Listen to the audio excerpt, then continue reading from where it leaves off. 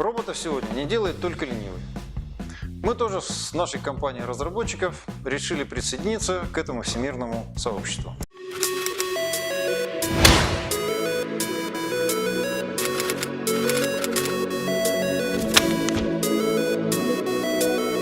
Прежде всего надо было определиться с концепцией нашего будущего устройства.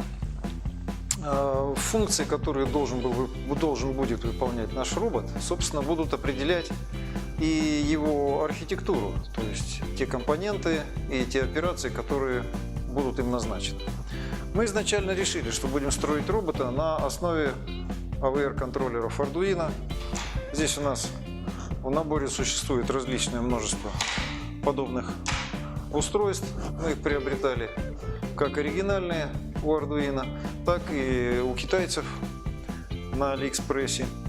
И уже сама конструкция и функциональные характеристики этих модулей определили архитектуру всего нашего будущего устройства. Мы решили, что это будет модульно-ориентированная блочно-функциональная архитектура, основанная на центральном контроллере, который имеет множество последовательных портов, какие-то на аппаратной реализации, какие-то на программной реализации, и множество исполнительных внешних контроллеров, которые будут реализовывать различные функции управления и исполнения и подключаться с помощью этих портов к мастер-контроллеру. Мастер-контроллер будет принимать решения, будет поддерживать протоколы взаимодействия между всеми подключенными подсистемами. Сами подсистемы будут реализовывать функции согласно тем протоколам, которые для них определены, и тем функциям и ролям, которые для них назначены. У нас будет переключатель программ, который будет переключать режимы управления нашим устройством. У нас будет радиоудлинитель для поддержки удаленного управления роботом на большом расстоянии с участием оператора. У нас будет в том числе голосовой ввод.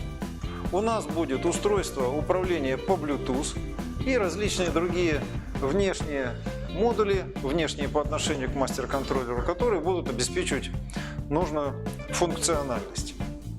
Мы определили, что это будет робот-друг, то есть его концептуальное предназначение – быть другом. Соответственно, надо было определить аудиторию, для которой он будет другом. Мы предполагаем, что это будут дети младшего, может быть, среднего школьного возраста, может быть, даже и старшего. Соответственно, мы выбираем размеры робота, такие, которые были бы вполне понятны его зрительской аудитории. Мы определились, что высота робота будет порядка 70 сантиметров. Делали мы этот робот на общей металлической платформе с ходовой колесной частью. Однозначно мы решили, что это не будет Android. Те перемещения, которые он будет совершать с использованием колесной ходовой части, они вполне функциональны и пригодны для выполнения его функций быть другом. Потому что основная реализация роли друг будет достигаться мультимедийными средствами и интерактивными возможностями робота. Но коль скоро мы определились с такими большими размерами, то у нас появился большой оперативный простор для творчества. В такие размеры мы можем впихнуть достаточно большие функциональные модули, вплоть до отдельных компьютеров, если они выполнены на малогабаритных устройствах. То, что Arduino контроллер имеет маленький размер, вовсе не означает, что оно не может управлять большими исполнительными механизмами. И поэтому мы не экономили ни на электричестве, ни, собственно, на ходовой части как таковой. Внешне наш робот выглядит как прямоугольное устройство. Корпус мы выполняем из пластиковых панелей, которые потом декорируем с помощью пленки Аракал. Все несущие элементы выполнены у нас из алюминиевого уголка. Все электрические и электронные компоненты мы точно так же монтируем на корпус, чтобы обеспечить механическую прочность и исключить механические соединения, возникновение механических соединений за счет электрических контактов. То есть у нас не должно быть никаких разрывных электрических соединений. То, что касается реализации двигательной части робота. Надо сказать, что у нас были комплекты Profi R3 от компании Technovision, которые уже имели готовую ходовую часть, но мы не смогли с ними справиться, поэтому мы их демонтировали. Но, однако, те технические решения, которые нам предлагали в этом комплекте, мы готовы были использовать, собственно, и использовали. Такое решение представляет из себя металлическую платформу, на которой смонтированы двигатели с колесами. Двигатели представляют собой, мы раскрыли этот секрет, не что иное, как стеклоподъемники от автомобиля ВАЗ-Жигули, которые работают штатным образом от 12 вольт, но в нашем случае они работают от 24.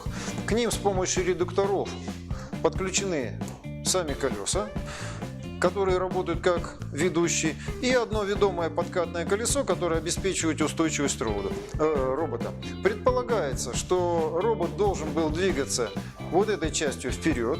Подкатное колесо должно было работать только для удержания робота в стабильном состоянии сзади, но мы решили, что нам будет удобнее, если он будет двигаться в противоположном направлении. И в принципе мы здесь мало что проигрываем, потому что это подкатное колесо, оно также легко ориентируется по направлению движения робота. Вот. Обеспечение вращения мы будем обеспечивать рассинхронизацией вращения колес. Вот. Синхронизацию мы будем обеспечивать с помощью датчиков вращения, которые стоят на каждом колесе в виде зубчатой шестерни.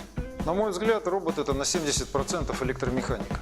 И от того, насколько качественно решено электропитание и энергообеспечение робота, зависит и его функциональность, и, собственно, и долговечность как изделия. При реализации электромеханики мы опять же исходили из наследства, которое нам осталось от Profi R3. А это в первую очередь машинки стеклоподъемников на 12 вольт, для которых предлагалась схема электропитания на 24 вольта, в силу чего комплекты были укомплектованы с помощью двух аккумуляторов на 12 вольт, объединенных последовательно, и преобразователя, который преобразовывал напряжение 24 на 12 с целью питания управляющих цепей. Вот. Все это счастье мы перестроили, оставив только прежнюю схему подключения. Итак, мы организовали две независимых цепи электропитания. 24 вольта, которая шла на электропитание колесных машин, и 12 вольт для питания всех управляющих цепей. Исполнительные цепи у нас питаются от последовательных двух соединенных аккумуляторов к совокупности, дающих 24 вольта. Управляющие цепи у нас питаются от преобразователя, который выдает на выходе 12 вольт. Если мы хотим, чтобы наше устройство нормально эксплуатировалось, то мы должны это обеспечить уже на этапе проектирования, не то чтобы даже и реализации. После того, как мы все это устройство закроем декоративными панелями и у нас корпус приобретет монолитность и неделимость, надо будет обеспечить заряд внутреннего автономного электропитания и какое-нибудь электрообслуживание, которое будет, по крайней мере, коммутировать и контролировать внутренние электрические цепи. Поэтому одной из важнейших задач, которую нужно было решить, это сделать соответствующие средства для управления электропитанием. В нашей системе мы сделали целую панель, которую оснастили следующими элементами. Во-первых, переключатель режима работы. Робот может работать, по нашему представлению, в двух режимах. Это автономный режим, полностью от внутренних аккумуляторов, который обеспечивается во время движения робота. И режим заряд или работа от сети. Работа от сети предполагает, что робот подключен к внешним источникам электропитания, в частности 220 вольт. В это время может производиться как заряд батареи робота, так и отладка программных средств, не связанных непосредственно с движением. Потому что когда вы программируете робота, не хотелось бы, чтобы он в это время от вас куда-нибудь удрал. А раз так, значит двигаться он не будет. Поэтому эти два режима реализованы с помощью переключателя таким образом, что во время работы от сети и заряда робот подключен с помощью кабелей к электропитанию, но при этом отсутствует возможность куда-то уехать. Для контроля заряда у нас стоят два прибора, которые меряют ток заряда по каждому аккумулятору в отдельности. Для работы от сети и при автономном режиме у нас работает индикатор внутреннего напряжения. У нас есть два входных гнезда для подключения внешних зарядных устройств. И у нас есть внешнее гнездо для подключения внешнего электропитания при работе от сети. Также у нас стоит, безусловно, автомат-выключатель электропитания с той целью, если где-то произойдет короткое замыкание, чтобы робот отключился. Робот будет весить порядка 25 килограмм. Это довольно тяжелое устройство, металлическое. Разгоняться будет до скорости вплоть до 20 км в час. То есть у него будет большой импульсный момент. Понятно, что в таком положении робот представляет угрозу для человека, особенно если это касается детей, которые находятся рядом. Поэтому, безусловно, надо иметь аварийные средства выключения робота.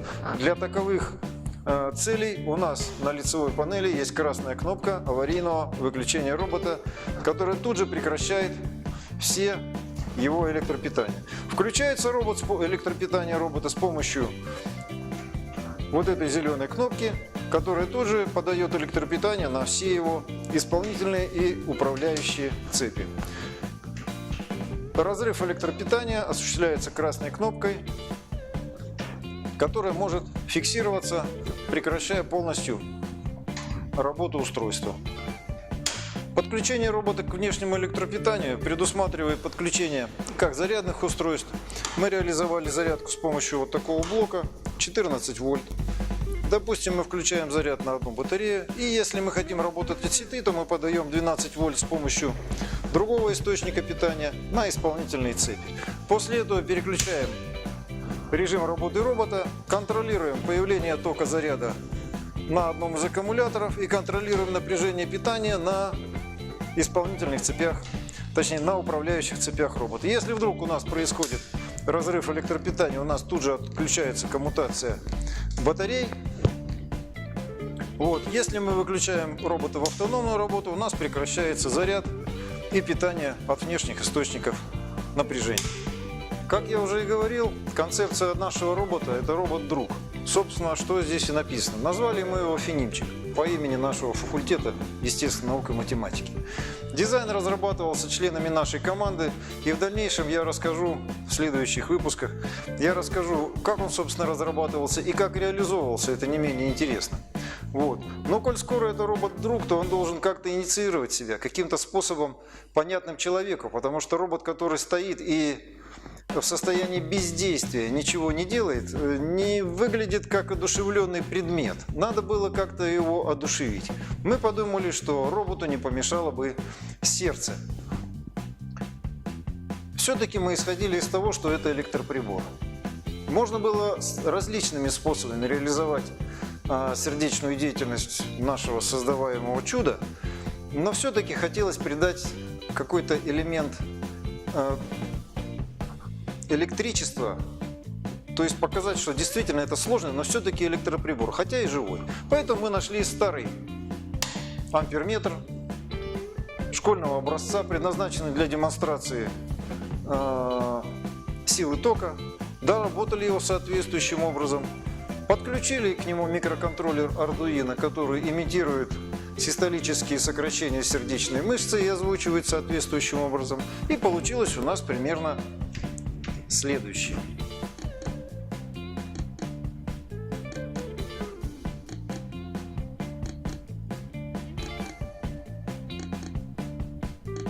Мы взяли отдельный Arduino контроллер, прикрепили его к корпусу амперметра. Точнее, это уже магнитодинамическая головка, потому что мы демонтировали ее начинку. Прикрепили сюда же динамик, подключили его к аналоговым ходам, написали какой-то там скетч, который движет стрелкой, изменяет напряжение на светодиодах и создает звук на аналоговых выходах. Подключили все это к электропитанию 12 вольт. И в дальнейшем предполагаем, что либо на цифровых ходах, либо на аналоговых, либо вообще на аппаратном UART будем подавать команду роботу для изменения частоты сердечных сокращений в зависимости от той функции, которую он будет выполнять. В спокойном состоянии частота сердцебиения будет меньше, в состоянии активного движения либо интерактивного взаимодействия с пользователем больше. И это находится в наших дальнейших планах, и я об этом буду дальше рассказывать. Я постарался довольно подробно рассказать о реализации концепции механики, архитектуры и электрики нашего устройства. В комментариях мы выложим схему электрокоммутации и те скетчи для Arduino, которые были упомянуты в сегодняшнем обзоре. В следующих наших обзорах мы расскажем о том, как мы уже реализовали голосовое управление, о том, как мы реализовали движение колес, как мы реализовали управление от джойстика и от инфракрасного датчика с дистанционным пультом управления. Реализовано это все на стенде. Мы специально не собирали это в конструкцию для того, чтобы можно было показать и подробно рассказать о том, как оно работает. А в следующих обзорах мы уже смонтируем это в нашу конструкцию и начнем нашего робота катать по полу.